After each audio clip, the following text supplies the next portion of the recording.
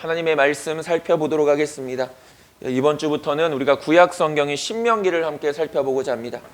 구약 성경 제 성경책으로는 258페이지에 있는 신명기 1장 34절에서 46절까지입니다. 다 찾으셨으면 우리 34절부터 우리말 성경으로 한 목소리로 함께 읽겠습니다. 여호와께서 너희가 말하는 것을 듣고 진노하시고 위엄 있게 맹세하셨다. 이 악한 세대 사람들은 한 사람도 내가 너희 조상들에게 주기로 맹세한 그 좋은 땅을 볼 수 없을 것이다.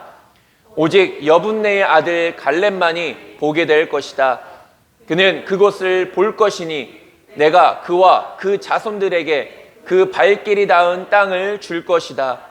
이는 갈렙이 여호와를 온 마음으로 따랐기 때문이다. 너희로 인해 여호와께서 내게도 진노하며 말씀하셨다. 너 역시 그 땅에 들어가지 못할 것이다.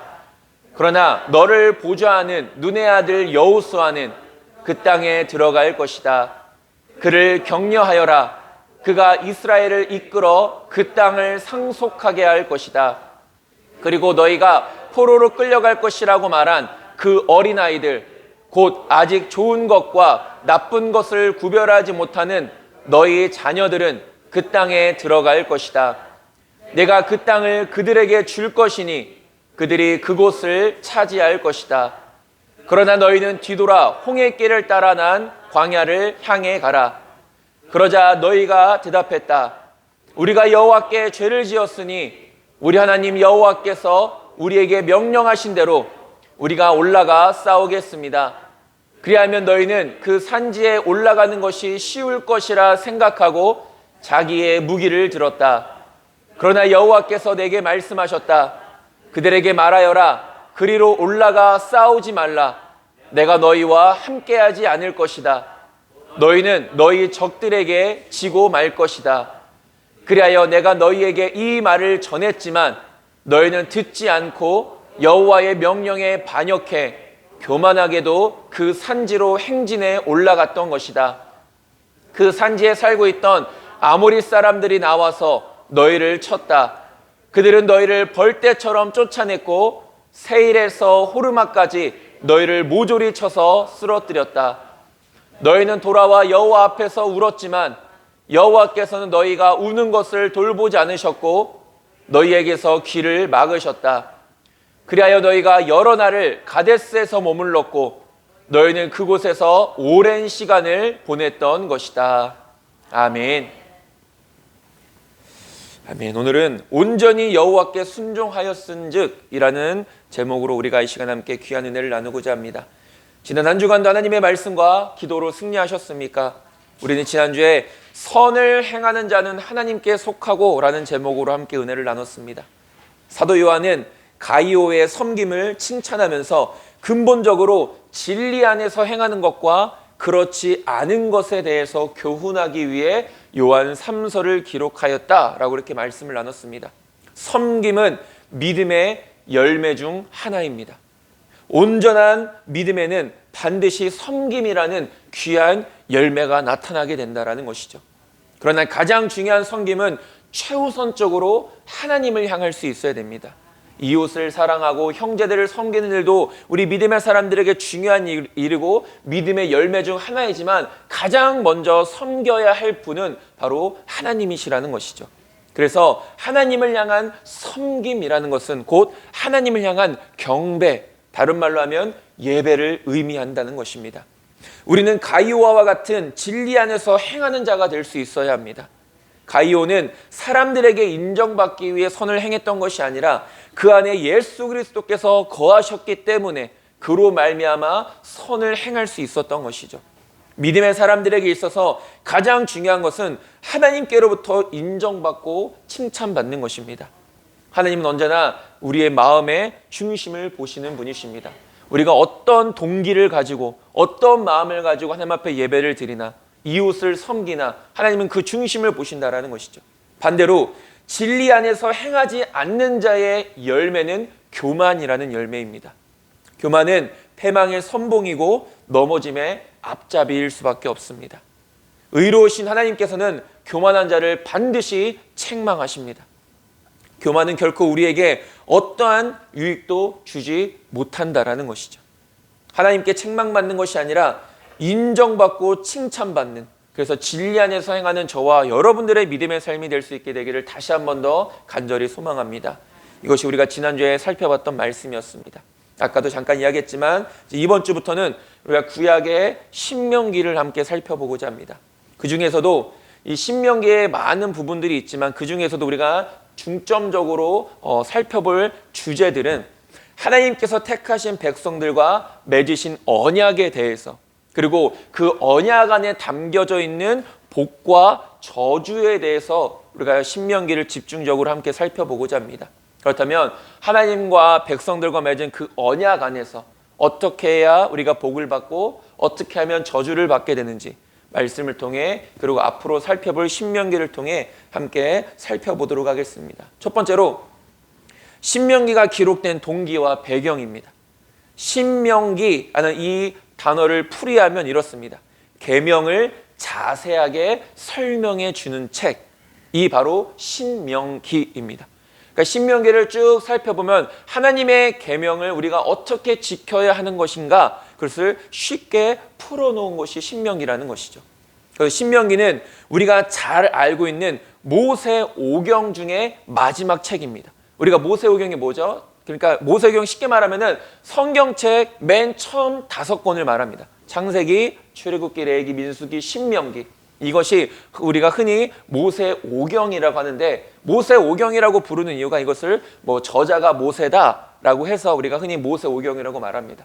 신학자들 중에서는 또 의견이 좀 분분하죠.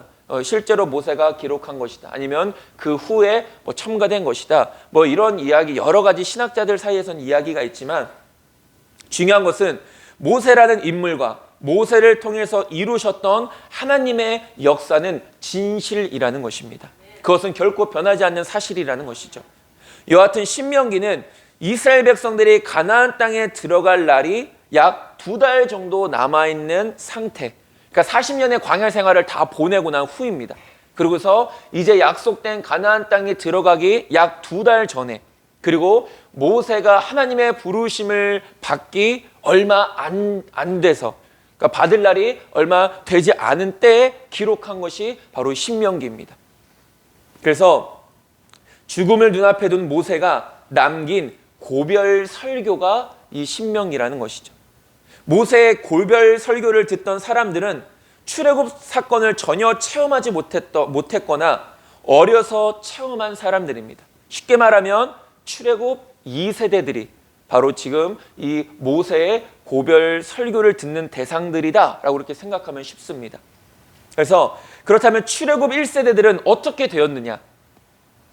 그들은 하나님을 향한 온갖 불평과 원망으로 인해 결국은 약속된 땅에 들어가지 못하게 되고 모두 광야에서 죽게 됩니다. 그리고 그의 자녀들이나 광야 생활 속에서 태어난 자녀들, 그 출애굽 2세대들만이 가나안 땅에 들어갈 수 있었죠. 그리고 그 출애굽 1세대들 중에서도 들어갈 수 있었던 유일한 사람들이 있습니다. 누구입니까? 갈렙과 여호수아입니다. 이 두 사람만은 하나님께서 약속하신 가나안 땅에 들어갈 수 있었다라는 것이죠. 이 출애굽 1세대들 중에서는 오직 여호수아와 갈렙만이 하나님께서 약속하신 가나안 땅에 들어갈 수 있었는데, 민수기 14장 22절에서 23절은 이렇게 말합니다. 내 영광과 애굽과 광야에서 행한 내 이적을 보고서도 이같이 10번이나 나를 시험하고 내 목소리를 청종하지 아니한 그 사람들은 내가 그들의 조상들에게 맹세한 땅을 결단코 보지 못할 것이요, 또 나를 멸시하는 사람은 한 사람도 그것을 보지 못하리라 라고 말합니다. 하나님께서는 분명 모든 이스라엘 백성들에게, 출애굽하는 모든 백성들에게 약속하셨습니다. 내가 너희들을 이끌어내어 가나안 땅에 들어가게 하겠다. 그런데 중요한 것은 무엇입니까? 모든 이스라엘 백성들이 하나님의 약속을 들었지만 모든 사람들이 그 가나안 땅에 들어간 것은 아니라는 사실이죠. 오히려 그 시간 동안 이스라엘 백성들은 끊임없이 하나님 앞에 대한 원망과 불평을 끊이지 않고 놓게 됩니다. 하나님께서 나를 10번이나 시험했다. 이 백성들이 나를 믿지 못하고 나를 10번씩이나 시험했다라고 말할 정도로 하나님은 하나님을 향한 그 불순종과 믿음 없음을 오래 참아주셨다라는 것이죠. 그러나 그럼에도 불구하고 결국 출애굽 1세대들은 가나안 땅에 들어가지 못하게 됩니다. 비록 모세도 어떠한 사건으로 인해서 이 가나안 땅에 들어가지 못하게 되었지만 여호수아를 자신의 다음 지도자로 세우게 되고 또 이 여호수아를 필두로 출애굽 2세대들을 가나안 땅에 온전히 들어갈 수 있도록 돕기 위해서 바로 이 신명기를 기록했다라는 것이죠. 모세가 이처럼 새로운 세대들에게 당부하고 싶었던 교훈은 한마디로 정의하면 이렇습니다. 하나님은 창조자이시다. 역사의 주인이시다. 더욱 크신 은혜로 이스라엘과 언약을 맺어 주셨으니 이스라엘은 당연히 하나님께 순종할 의무가 있는 백성들이고 더 나아가서는 그 순종의 여부에 따라 복이 임하기도 하고 저주가 임할 수도 있다는 것이죠. 하나님과 백성들이 맺은 언약이 무엇입니까? 하나님께서는 이스라엘 백성들을 친히 택하셨습니다. 그리고 그들과 언약을 맺으셨죠. 너는 나의 백성이 되고 나는 너희의 하나님이 됨이라. 이것이 하나님과 백성들 사이에 맺은 언약입니다. 그러고서 너는 나를 위하여 택함 받은 자들이니 내 말에 순종하면 너희가 약속된 땅에서 영원히 내가 주는 복을 누리며 살아갈 것이다. 그러나 만약 너희가 내 말에 순종하지 않으면 너희는 이 땅에서 쫓겨나게 될 것이다. 이것이 하나님과 백성들과 맺은 언약입니다. 모세는 그 어느 누구보다도 이스라엘 백성들이 하나님의 언약을 기억하고 순종하여서 하나님께서 약속해 주신 땅에서 복을 누리며 살아가기를 그 누구보다도 바랬던 것이죠. 비록 자신은 들어가지 못하지만 약속되어진 출애굽 2세대들만큼은 하나님의 약속의 말씀을 끝까지 기억하면서 그 가나안 땅에서 영원토록 하나님의 은혜를 누리며 살아가기를 그 누구보다 모세가 바랬다라는 것입니다. 모세의 이러한 바람은 성경 전체의 사상이기도 하지만 특히 신명기에서 더욱 강조되어 있는 것을 보게 되죠. 하나님의 말씀에 대한 우리가 하나님 앞에 하나님의 영광을 위하여 택함 받은 자들이고 하나님 앞에 마땅히 순종하며 살아가야 될 자녀들이며 그 순종하며 살아갈 때 복이 임하고 불순종할 때는 저주가 임한다라는 이 사상이 신명기에만 기록되어 있는 사상이 아니라 성경 전체에 다 기록되어져 있다는 것입니다. 그러나 그 중에서도 특별히 신명기에는 그게 더 집중되어져 있다는 것이죠. 복에 대한, 저주에 대한, 순종에 대한. 그런 의미에서 저와 여러분들에게도 이렇게 놀라운 하나님의 은혜와 복이 모든 삶 속에서 넘쳐나게 되기를 간절히 소망합니다. 부족한 저이지만 그럼에도 불구하고 제가 이 자리에 서서 하나님의 말씀을 선포하는 것은 이 말씀을 믿고 순종하는 모든 하늘빛 교회 성도님들의 삶에 하나님께서 약속하신 복이 넘쳐나기를 간절히 소망하기 때문입니다. 여러분들뿐만이 아니라 저도 마찬가지죠. 저도 말씀을 전하는 입장이지만 동시에 또 저도 듣는 사람입니다. 저와 여러분들 모두가 하나님의 말씀을 듣고 순종하여서 약속하신 풍성한 은혜와 복을 저와 여러분들 삶 가운데 영원히 누리며 살아가기를 저 또한 간절히 소망한다는 것이죠. 그래서 부족하지만 이 자리에 하나님의 말씀을 선포하는 것입니다. 여러 번 말씀을 드렸고 앞으로도 계속해서 말씀을 드릴 것이지만 하나님의 은혜와 복은 하나님의 말씀을 듣고 순종하는 자들에게 임하는 것입니다. 이것은 진리입니다. 우리가 자꾸만 다른 방법으로 복을 구하려고 하고 다른 방법으로 복을 받으려고 하지만 하나님께서 우리에게 복을 주시겠다고 약속하신 방법은 이 한 가지라는 것이죠. 듣고 순종하는 것. 듣고 말씀대로 살아가는 것. 당분간 신명기를 살펴보면서 저와 여러분들의 듣는 귀가 열리고 말씀에 대한 믿음의 확신과 순종이 자라나서 풍성한 은혜와 복을 누릴 수 있게 되기를 간절히 소망합니다. 그래서 모세는 정말 이런 간절한 마음을 가지고 이 신명기를 기록했다라고 우리가 볼 수 있습니다. 두 번째로 너희의 말소리를 들으시고 노하사라고 이렇게 말합니다. 신명기는 아까도 이야기했지만 이 모세의 고별 설교입니다. 그리고 유언의 성격을 띠고 있죠. 마지막 말, 당부의 말. 그래서 우리는 분명 하나님께로부터 복을 받기를 원합니다. 하나님께로부터 복을 원하고 구하는 것은 하나님께서 우리에게 주신 특권입니다. 특권이죠. 이것은 우리를 지혜롭게 누릴 수 있어야 됩니다. 그러나 오늘 본문에서 이스라엘 백성들이 하나님께 보여드린 모습은 결코 복을 받을 만한 모습이 아니었다라는 것이죠. 오히려 하나님께로부터 책망을 받습니다. 하나님께서는 분명 약속하시는 분이시고 그 약속을 하나님의 무한하신 능력 아래에서 반드시 이루시는 분이십니다. 이스라엘 백성들을 가나안 땅으로 인도해 주시겠다는 약속은 이미 아브라함 때부터 주신 약속인 것이죠. 물론 오랜 시간이 걸리긴 했지만 그러나 그 오랜 시간 동안 하나님은 이 모든 것들을 다 준비해 놓고 계셨다라는 것입니다. 여호수아 24장 3절은 이렇게 말합니다. 내가 너희의 조상 아브라함을 강 저쪽에서 이끌어내어 가나안 온 땅에 두루 행하게 하고 그의 씨를 번성하게 하려고 그에게 이삭을 주었으며 라고 말합니다. 하나님께서 아브라함 때부터 이스라엘 백성들에게 가나안 땅을 주시겠다고 약속하셨죠. 그리고 이삭의 씨를 통하여서 그들이 그곳에서 번성하게 해주겠다라고 그것까지도 약속해 주셨습니다. 하나님께서는 한치의 오차도 없이 하나님의 선하신 계획을 이루어 가셨던 것입니다. 그리고 지금도 이루어 가고 계신 것이죠. 앞으로도 변함없이 이루어 가실 것입니다. 하나님께서는 진정 택하신 백성을 사랑하시는 분이시며 한없는 긍휼을 베풀어 주시는 분이십니다. 그런데 하나님께서는 이런 이스라엘 백성들을 향하여 분노하고 계십니다. 그 사랑의 하나님께서, 그 긍휼이 풍성하신 하나님께서 하나님이 택하신 백성들을 바라보며 분노하고 계시다라는 것이죠. 왜 그렇습니까? 왜 하나님은 분노하고 계신 것일까요? 이스라엘 백성들이 하나님을 믿지 않았기 때문입니다. 이스라엘 백성들은 애굽의 종살이로부터 자유함을 얻기 위해 하나님께 부르짖었습니다. 하나님은 그 부르짖음을 들으시고 모세를 그들의 지도자로 세우셔서 출애굽의 역사를 이루어 주셨습니다. 출애굽의 뜻이 무엇입니까? 출애굽, 애굽을 탈출했다입니다. 그것이 출애굽입니다. 이 놀라운 역사는 오직 하나님의 은혜로만 이루어진 것이죠.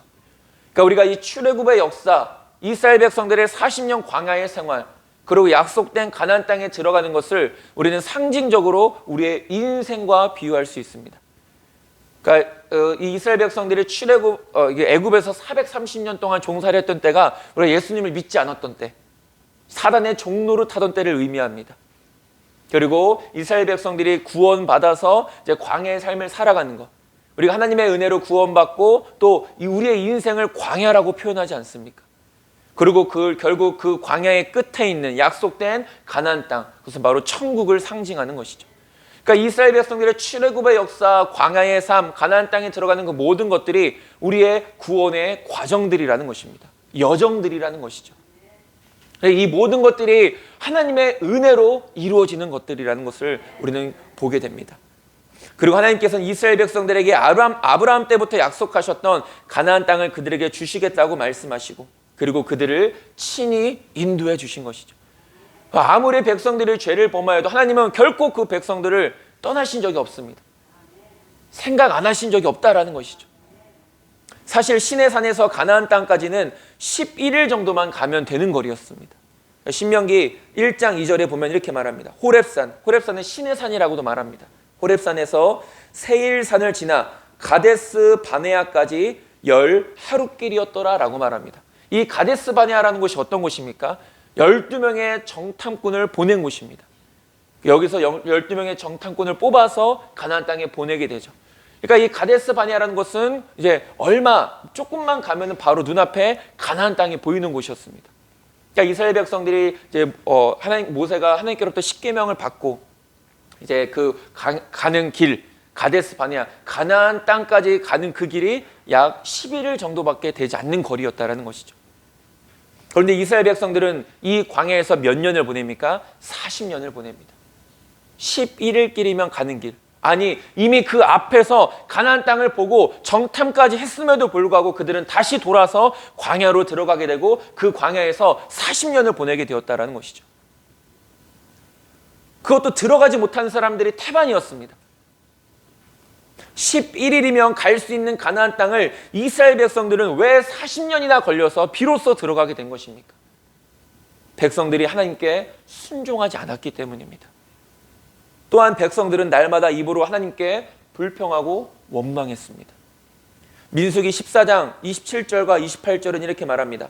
나를 원망하는 이 악한 회중에게 내가 어느 때까지 참으랴. 이스라엘 자손이 나를 향하여 원망하는 바 그 원망하는 말을 내가 들었노라. 그들에게 이르기를 여호와의 말씀에 내 삶을 두고 맹세하노라. 너희 말이 내 귀에 들린 대로 내가 너희에게 행하리니 라고 말합니다. 내가 저들의 불평과 원망을 언제까지 참겠느냐. 저들이 말한 대로 내가 그대로 이루겠다. 이스라엘 백성들은 출애굽한 그 순간부터 불평과 원망이 끊이지 않았습니다. 출애굽한 그 순간부터. 광야 생활을 했던 그때부터가 아닙니다.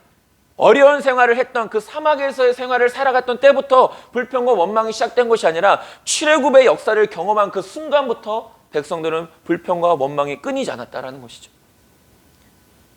이제 막 애굽을 탈출한 백성들이 홍해 앞에 서게 되었을 때 이러지도 저러지도 못하는 상황에서 모세를 원망하고 하나님을 원망합니다. 출애굽기 14장 12절에 우리가 애굽에서 당신에게 이른 말이 이것이 아니냐. 이르기를 우리를 내버려 두라. 우리가 애굽 사람을 섬길 것이라 하지 아니하더냐. 애굽 사람을 섬기는 것이 광야에서 죽는 것보다 낫겠노라 라고 말합니다. 물론 이스라엘 백성들의 그 상황이 전혀 이해가 되지 않는 것은 아닙니다. 탈출했다고 애굽을 탈출했지만 앞에는 홍해가 딱 가로막고 있고 뒤에는 애굽의 군대들이 쫓아오고 있습니다. 당황할 만하죠. 근데 중요한 것은 무엇입니까? 그들은 이미 하나님의 능력을 경험했고 눈으로 본 자들이라는 것이죠. 이미.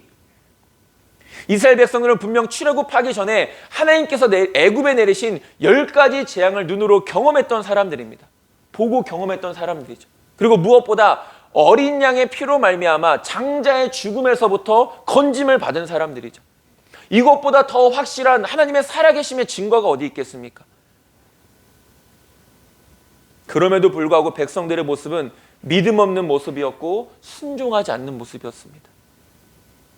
출애굽하면서 가지고 나왔던 음식이 다 떨어지게 되고 사막이라는 광야에서 음식을 구하지 못하게 되자 이스라엘 백성들은 또 불평하고 원망하기 시작합니다.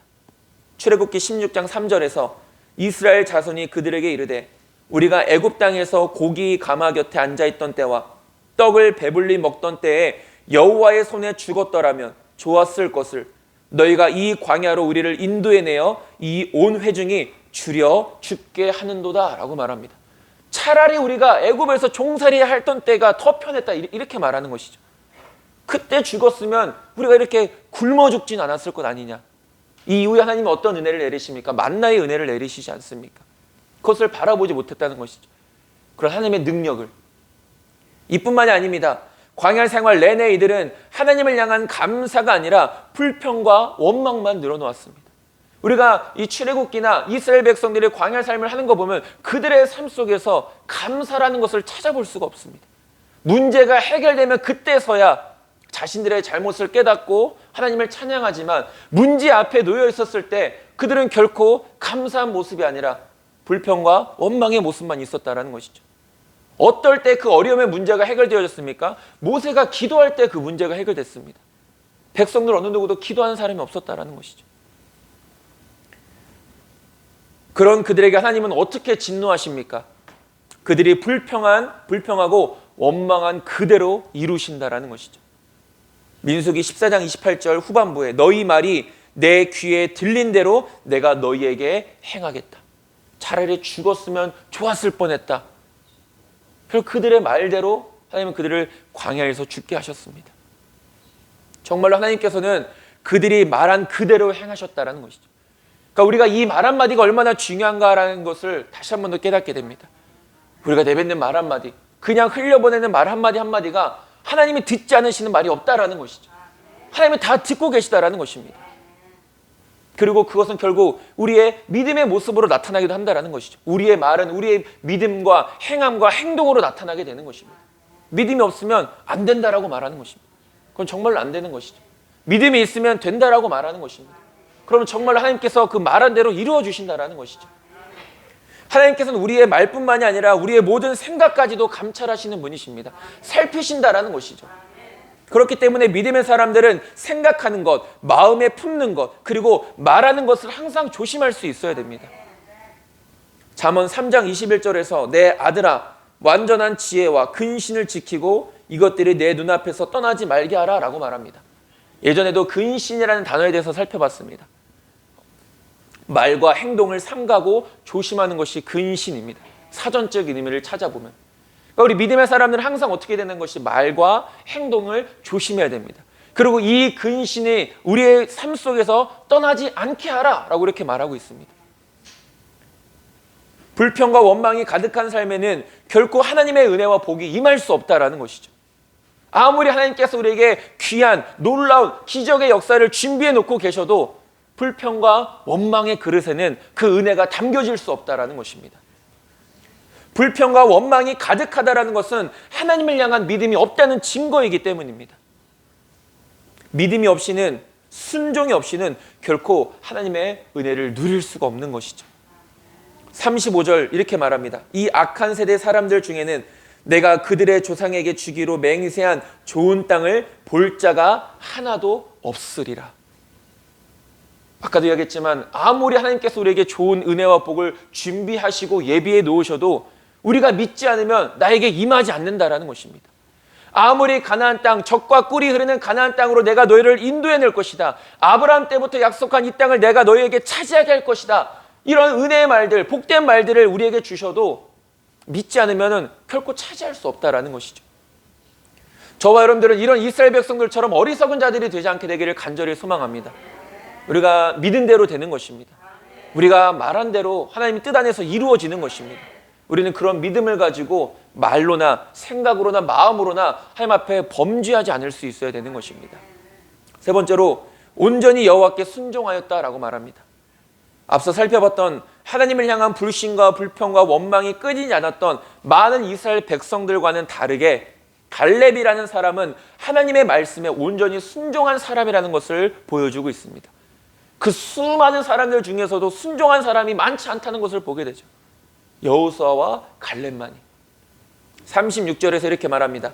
오직 여분네의 아들 갈렙은 온전히 여호와께 순종하였은즉 그는 그것을 볼 것이요 그가 밟은 땅을 내가 그와 그의 자손에게 누리게 하리라 하시고 이렇게 말합니다. 아직 차지하지 않은 땅이긴 합니다. 그런데 믿음으로 그것을 보게 하시고 밟게 하신다라고 말씀하시지 않습니까? 온전히 순종했을 때. 무슨 말입니까? 많은 사람들이 하나님의 말씀에 순종하지 않았지만 그 중에서 갈렙과 여호수아만이 하나님의 말씀에 순종했다라는 것이죠. 하나님의 약속을 누리지 못했던 근본적인 원인이 불순종에 있다라는 것입니다. 하나님께서는 여호수아와 갈렙에게 주신 약속의 말씀을 그대로 이루신 것을 우리가 보게 되는 것이죠. 갈렙에게는 어떤 믿음이 있었습니까? 여호수아 14장 12절에 갈렙은 이렇게 외칩니다. 그날에 여호와께서 말씀하신 이 산지를 지금 내게 주소서. 당신도 그날에 들으셨거니와 그곳에는 아낙 사람이 있고 그 성읍들은 크고 견고할지라도 여호와께서 나와 함께 하시면 내가 여호와께서 말씀하신 대로 그들을 쫓아내리이다 라고 말합니다. 그러니까 이 가나안 땅이라는 곳은 가나안 족속들이 이미 살고 있는 곳이었습니다. 그러니까 그들과 싸워서 전쟁을 치러서 이겨야만 그 땅을 차지할 수 있었다라는 것이죠. 하나님, 이 모세가 12명의 정탐꾼을 가나안 땅에 보냈을 때 10명의 정탐꾼이 말했던 것이 그겁니다. 아, 정말 이 땅은 하나님께서 말씀하신 것처럼 젖과 꿀이 흐르는 땅이다. 그러나 이 땅은 우리가 차지할 수 없는 땅이다. 이렇게 말하는 것이죠. 물론 현실은 그들이 바라본 그대로입니다. 분명 큰 성읍들이 있었고 그 가나안 땅에 들어가자마자 차지했던 성이 무엇입니까? 여리고 성입니다. 그 단단했던 성벽. 분명히 그것은 사실인 것입니다. 그들이 본 것이 다른 것을 본 게 아닌 것이죠. 갈렙이 이 말씀을 선포하던 때의 나이가 85세였습니다. 그러니까 가데스 바네아에서 정탐꾼이 되어서 이 가나안 땅을 정탐했던 때 나이가 45세였다라는 것이죠. 40년이 흘러서 갈렙의 나이가 85세가 되고 이제 그 약속된 땅 앞에 섰을 때 갈렙이 이렇게 외친 것입니다. 이 산지를 내게 주시옵소서. 하나님께서 나에게 약속하신 땅 아니겠습니까? 저 땅에는 아낙 자손이 살고 있고 크고 견고한 성읍들이 있지만 하나님이 나와 함께 하시면 내가 이 땅을 차지할 수 있습니다. 이렇게 선포하고 있는 말씀인 것입니다. 85세의 나이, 그때 당시에도 85세의 나이는 결코 적은 나이가 아니었다라는 것입니다. 또한 갈렙이 차지할 땅에는 아낙 자손이 살고 있었고, 아낙 자손은 우리가 잘 알고 있는 거인족을 의미합니다. 이성적으로 생각했을 때 갈렙의 나이도 결코 적지 않았고, 아낙 자손이라는 그리고 크고 견고한 성읍들이 버티고 있었기 때문에 하나님의 약속이고 뭐고 이 땅은 절대로 차지할 수 없는 땅인 것이죠. 이성적으로만 봤을 때는. 그러나 갈렙은 뭐라고 선포합니까? 하나님께서 나에게 약속하신 땅입니다. 하나님이 나와 함께 하시면 내가 반드시 이 땅을 차지할 수 있습니다. 이러한 고백이 어떻게 나오게 된 것입니까? 하나님을 믿었기 때문입니다. 하나님의 약속의 말씀이 있었지만 그 길을 걸어가는 데에는 분명 어려움이 전혀 없었던 것은 아닙니다. 우리의 인생도 마찬가지 아닙니까? 우리가 하나님을 믿으면 우리가 아무런 문제 없이 살아갈 거라고 생각을 합니다. 그런데 오히려 하나님을 잘 믿으면 더 많은 어려움들이 우리 앞에 놓여져 있는 것을 보게 되죠. 그러니까 믿음의 삶을 살아가는 것은 내 앞에 전혀 어려운 문제들이 생기지 않는 것을 의미하지 않습니다. 어려움이 찾아와도 그것을 이겨내는 것이 믿음이라는 것이죠. 그리고 우리는 그 믿음이 더 성숙해져 가는 것입니다. 그 어려움들을 겪으면서, 그 어려움들을 하나님의 도우심으로 이겨내면서 우리의 연약한 믿음은 더 자라고 성숙해져 간다는 것입니다.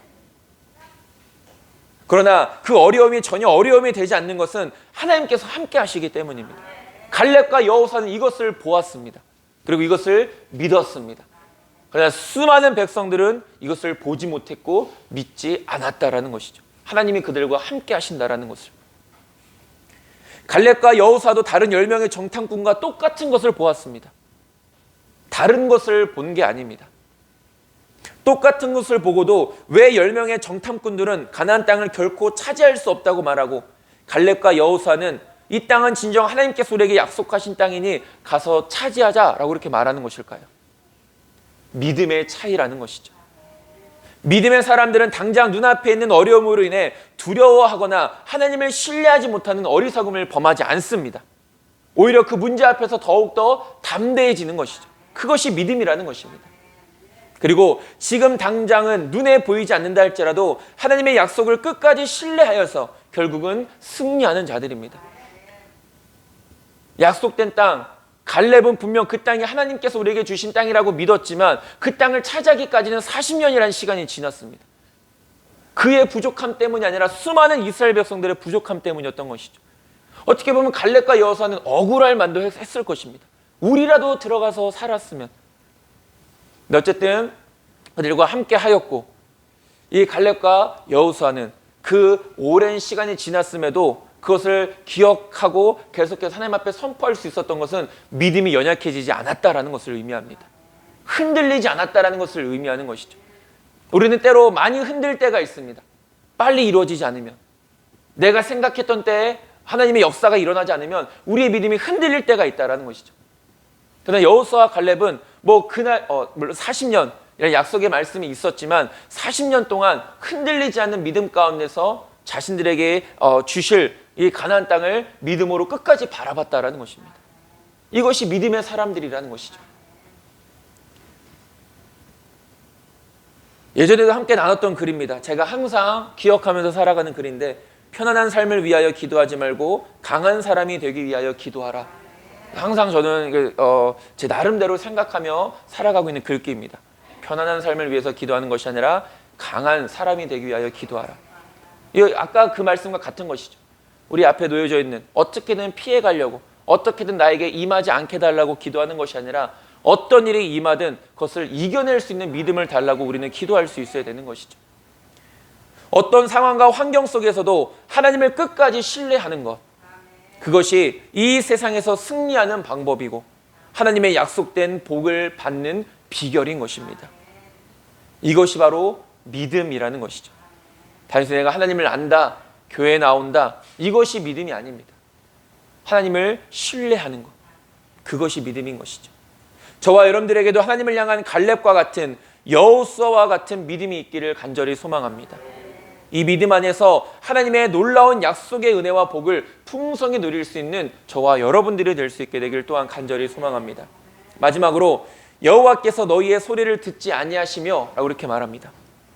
과거 가데스 바네아에서의 백성들의 불순종이 결국 그들을 광야의 길로 인도하게 됩니다.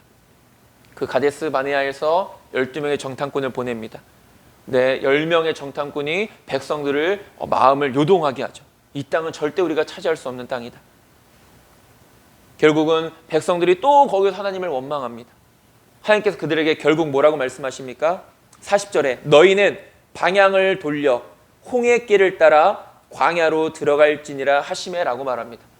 지금 가나안 땅을 바라보고 있는 그 시선을 반대로 돌려서 너희들이 걸어왔던 그 광야의 길로 들어가라 라고 말씀하시는 것이죠. 그들이 지금 당장 가나안 땅에 들어간다 할지라도 하나님의 은혜와 복이 더 이상 그들에게 임할 수가 없다라는 것입니다. 왜? 믿음이 없기 때문에, 순종하지 않기 때문인 것이죠. 그래서 성경에 보면 40년이라는 시간이 이스라엘 백성들을 연단하고 훈련시키시는 과정임을 볼 수 있게 됩니다. 그럼에도 불구하고 그것을 통과하지 못한 사람들은 가나안 땅에 들어가지 못하고 광야에서 죽게 되었던 것이죠. 그들이 가나안 땅에 들어가지 못하고 광야로 들어가게 된다는 말, 그것도 40일 동안 정탐하지 않습니까? 그 하루를 1년으로 쳐서 40년이라는 말을 들었을 때 백성들은 아차 싶었습니다. 이에 백성들은 자신들 마음대로 무기를 들고 하나님의 명령하신 일이니 나가서 싸우겠다라고 말합니다. 이 말씀만 보면 백성들의 믿음이 엄청난 것처럼 보여지지만 하나님께서는 이미 뜻을 돌이키셨습니다. 하나님께서 백성들과 함께 하시지 않으니 자신들 마음대로 참여했던 전쟁에서 결국은 패하고 말았던 것이죠. 그 땅에 올라가지 마라. 너희들이 차지하려고 나가서 싸워봤자 질 수밖에 없다. 왜? 하나님이 너희와 함께 하시지 않기 때문에. 근데 백성들은 끝까지 그 말씀조차도 순종하지 않고 자신을 마음대로 무기를 들고 나아갔다가 전쟁에 나아갔다가 패하게 되고 맙니다. 오늘 본문 42절과 43절에 이렇게 말합니다. 여호와께서 내게 이르시되 너는 그들에게 이르기를 너희는 올라가지 말라 싸우지도 말라 내가 너희 중에 있지 아니하니 너희가 대적에게 패할까노라 하시기로 내가 너희에게 말하였으나 너희가 듣지 아니하고 여호와의 명령을 거역하고 거리낌 없이 산지로 올라가매 라고 말합니다. 이 말씀에도 순종하지 않는 백성들의 결과는 패배였습니다. 우리가 이런 말씀을 볼 때 이런 생각이 듭니다. 순종에도 때가 있다. 순종에도 때가 있다라는 생각이 이 말씀을 통해 깨닫게 됩니다. 하나님께서는 지금 우리에게 순종하라고 말씀하시는데 지금 순종하지 않고 우리는 자꾸만 나중에 하겠다라고 이야기합니다. 지금은 어려우니 상황이나 형편이 좀 나아지면 하겠다라고 나아지면 순종하겠다라고 말합니다. 하나님은 지금 우리에게 순종을 원하시는데 하나님은 지금 우리가 순종함으로 지금 베풀어 주실 은혜를 준비해 놓고 계시는데 그것을 우리가 지금 순종하지 않으므로 지금 누릴 은혜를 누리지 못하게 된다는 것이죠. 전쟁터로 나가지 말라고 하신 말씀조차도 순종하지 않았던 백성들에게 내리신 하나님의 책망은 그들의 기도에 응답해 주시지 않는 것이었습니다. 45절에 너희가 돌아와 여호와 앞에서 통곡하나 여호와께서 너희의 소리를 듣지 아니하시며 너희에게 귀를 기울이지 아니하셨으므로 라고 말합니다. 그들의 고통에 귀를 기울이시지 않았다라는 것이죠. 순종에도 때가 있습니다. 정말 아무것도 할 수 없는 상황 속에서도 하나님이 말씀하시면 우리는 아멘으로 화답하며 순종할 수 있어야 됩니다. 그럴 때 하나님이 일하시고 역사하시는 것입니다. 물론 내 상황, 내 형편들 보면 이룰 수 없는 일들이지만 그것이 하나님께서 우리에게 주신 명령이고 순종할 때 하나님은 그 필요한 모든 것들을 채워주신다라는 것이죠. 그것이 하나님의 놀라운 역사인 것입니다. 하나님 우리에게 무엇을 기대하고 계신 것입니까? 순종을 기대하고 계신 것이죠. 이미 그것을 감당할 수 있는 모든 것들을 준비해 놓고서 그것을 부어주시기를 기다리고 계시는데 순종할 때 그것이 내려지는데 순종하지 않으니까 못 받는 것이죠.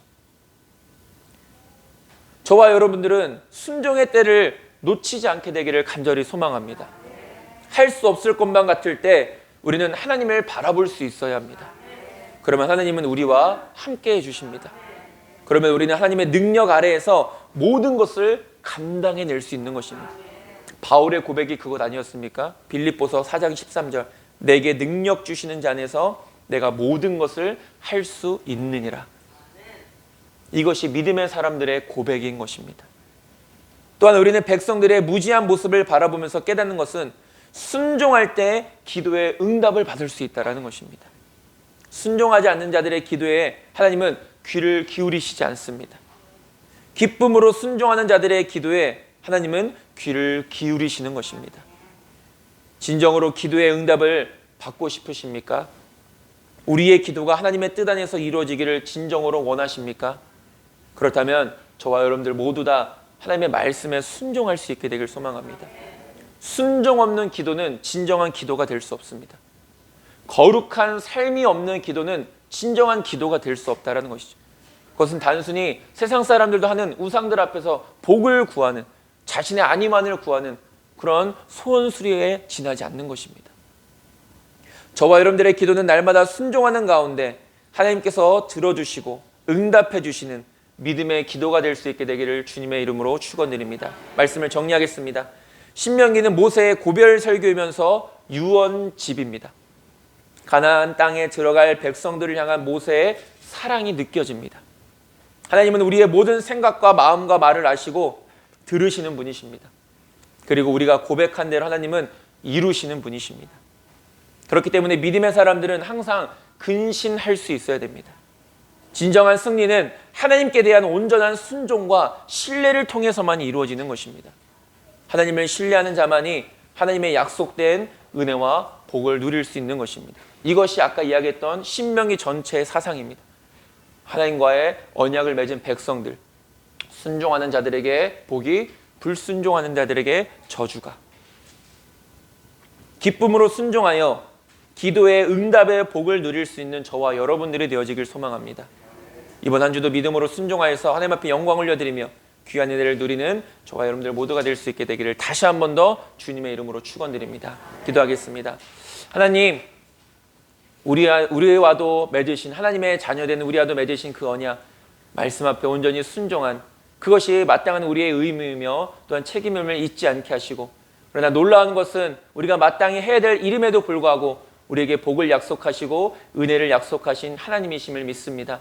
언제나 말씀 앞에 순종하여서 어리석음을 범한 백성들처럼 하나님의 은혜를 누리지 못하는 자들 되지 않게 하시고, 날마다 믿음으로 순종하고 기쁨으로 순종하여서 하나님의 약속된 은혜와 복을 하나도 빠짐없이 누리며 살아가는 우리 하늘빛교회 모든 성도님들 될 수 있도록 인도하여 주시옵소서.